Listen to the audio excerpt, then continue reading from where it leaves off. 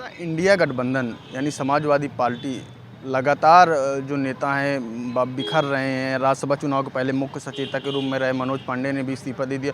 2 और विधायकों ने भी इस्तीफा देने की लाइन में लगे हुए हैं। क्या वजह है टूटने की? देखिए, उन लोग का जो ये इस्तीफा दे रहे हैं ना, ये पर्सनल, ये समाज के लिए या देश के विकास के लिए नहीं, अपना पर्सनल बनाने के लिए। उनको क्या लाभ मिल गया? किस लोग कहते हैं ना, विदेशों में जमा है, तो हो सकता है विदेशों में कुछ मिल गया हो छिपे छिपाए। ये तो भाई बाद में पर्दा खुलेगा। मगर इन्होंने लोकतंत्र का हत्या कर दिया। जिस क्षेत्र का जनता इन लोगों को चुनाव जिता करके भेजा विधानसभा में, और जिस पार्टी के झंडा के तले, उस पार्टी का भी इन लोगों ने दुरुपयोग कर दिया। क्षेत्र के जनता का के साथ भी दुरुपयोग किए अपने पर्सनल लाभ के लिए। इसलिए आने वाला समय में आप देख लीजिए, घोसी का चुनाव क्या हुआ? इन लोग भी चुनाव हारेंगे, 4 साल बैठेंगे नहीं, होगा उपचुनाव, क्लियर है। ये लोग हार हार के घर बैठेंगे। यही समाजवादी पार्टी इन लोगों को जिताया था। यही समाजवादी पार्टी के कार्यकर्ता इन लोग को हरा करके घर बैठाएंगे।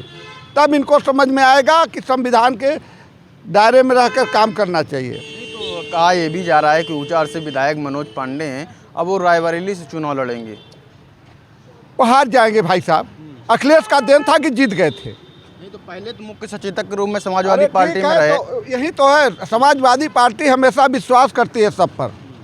विश्वासघात किए हैं वो, हम नहीं न किए, समाजवादी पार्टी के लोग नहीं न किए।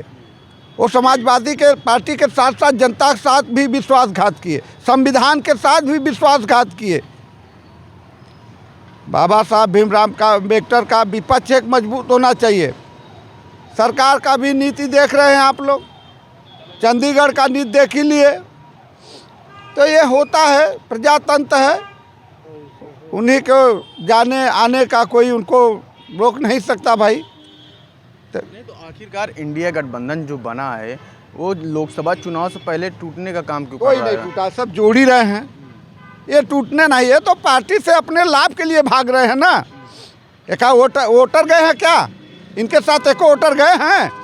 एको वोटर इस्तीफा दिए हैं? एको वोट गए हैं इनके साथ? तो अपना इस्तीफा दिए ना। बताइए, एक वोटर भी इनके साथ गया हो तो? एक वोटर नहीं गए छोड़ करके। सब समाजवादी पार्टी के साथ आज भी खड़े हैं, खड़े भी रहेंगे पहले भी के तरह। तो आखिरकार दल क्यों बदल रहे हैं बार बार? यानी समाजवादी पार्टी के से सिंबल लड़े हैं। दल बदल रहे हैं अपने लाभ के लिए, अपने परिवार के लिए, अपने मुद्रा कोष के लिए। सीबीआई का कुछ डर दिख रहा है? अरे ईडी सीबीआई तो सरकार का ही चलता रहेगा, उससे समाजवादी पार्टी डरने वाला नहीं है। रही बात है कि इन्होंने संविधान को हत्या किया है, जनता का हत्या की अपने क्षेत्र के। इसका परिणाम आने वाला समय में जो विधायक गद्दारी करे हैं, गद्दारी क्या करे, उनको मन में जो समा गया उसका परिणाम होगा। और भी कुछ लोग हैं, उनसे भी बातचीत कर लेते हैं। भाई साहब क्या नाम है? देखिए, ये जो लोग गए हैं, ये लोग 2 तरह के नुकसान किए हैं। एक स्वामी प्रसाद मौर्य को के खिलाफ बयानबाजी करके स्वामी प्रसाद मौर्य को भी समाजवादी पार्टी से अलग कर दिया। और फिर ये लोग बीजेपी के लिए माहौल खड़ा कर रहे थे, समाजवादी पार्टी के अंदर रह के बीजेपी के लिए काम कर रहे थे। जो लोग कहते हैं कि भारतीय जनता पार्टी के स्लीपर सेल हर जगह काम कर रहे हैं, वो ऐसे ही लोग थे। ऐसे sleeper cell Bharatiya Janata party के हैं जो हर दलों में काम कर रहे हैं। वक्त आने पर अंगूठा दिखा देते हैं अपने नेता को, जो उनको सब कुछ देता है। कल लखनऊ में लेखपाल भर्ती की नियुक्ति पत्र को लेकर, अपनी मांगों को लेकर लगातार सरकार से अपनी बात रख रहे थे। क्या लग रहा है, युवाओं को परेशान किया जा रहा है?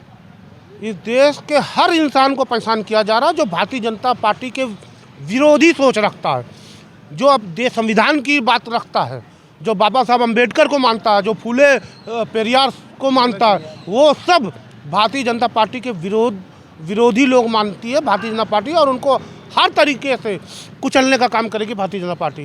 क्योंकि भारतीय जनता पार्टी संविधान की बात नहीं करती। बाबा साहब भीमराव अम्बेडकर की को मूर्तियों में स्थापित करना चाहती है, जो कि बाबा साहब भीमराव अम्बेडकर को लोगों को दिलों में स्थापित करना चाहिए।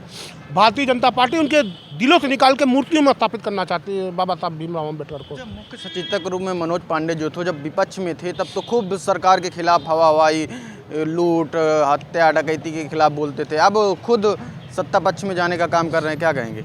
देख, सबको कुछ ना कुछ चाहिए।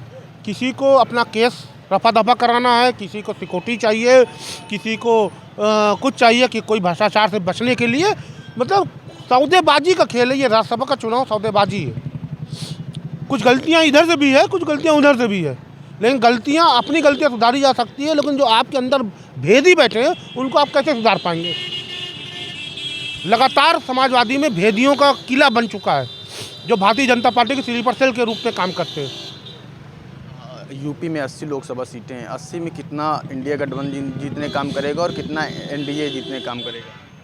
देखिए, उत्तर प्रदेश में अगर लोकतांत्रिक तरीके से चुनाव हो, ईवीएम में छेड़छाड़ ना हो, तो मुझे लगता है कि 50-50 का चुनाव होगा। अगर छेड़छाड़ होती है तो मुझे लगता है कि 5 से 7 सीट इंडिया गठबंधन जीतेगा, बाकी सब भारतीय जनता पार्टी जीतेगी।